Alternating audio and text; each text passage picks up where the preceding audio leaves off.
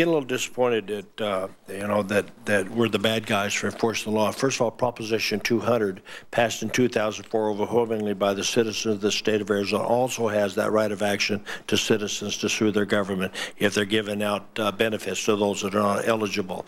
So what is that one, Mr. Pierre? Proposition 200, known as is that an immigration law? Yeah. It deals with voter fraud. And proof of citizenship, register ID at the polls, and no benefits for those in the country illegally. And that right of action is in that bill. And did that allow law enforcement explicitly to be sued? I don't think so. It was just the benefits. And this, again, Mr. Chairman, and I don't mean to argue with you, but I'll correct you again.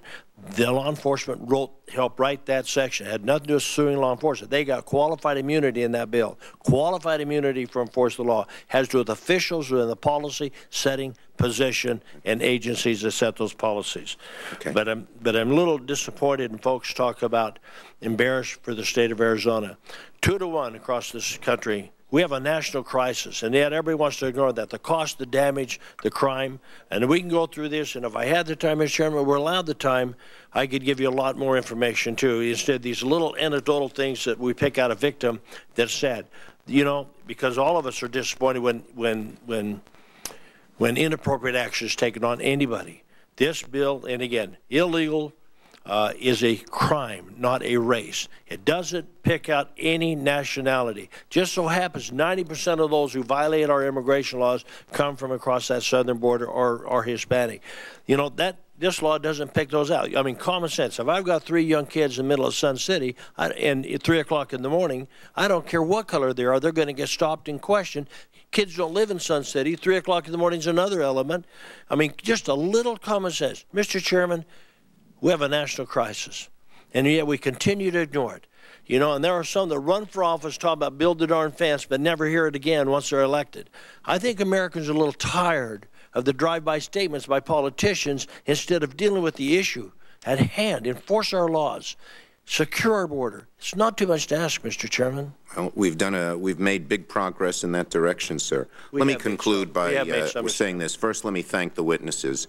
I'm sure it didn't escape notice that none of my colleagues on the other side of the aisle came to this hearing. That's not surprising. They're absent from this hearing just as they've been absent from every attempt we've made to negotiate a comprehensive solution to our immigration problem. We need people to sit down, people on both sides of the aisle in a bipartisan way, and solve this problem. We have been unable to find negotiating partners. And so the absence of people here today not only shows an unwillingness both in Arizona and here in Washington of them to defend this law or be associated with this law, but it shows an absence of an ability, it's broader.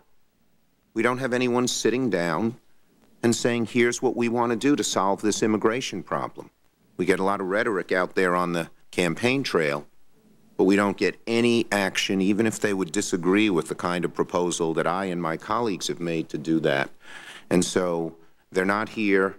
It's not surprising. It's been typical in terms of being absent on the entire immigration debate, except in terms of rhetoric, sometimes, unfortunately, very inflammatory. With that, I am going to close this hearing and thank our witnesses. I just have to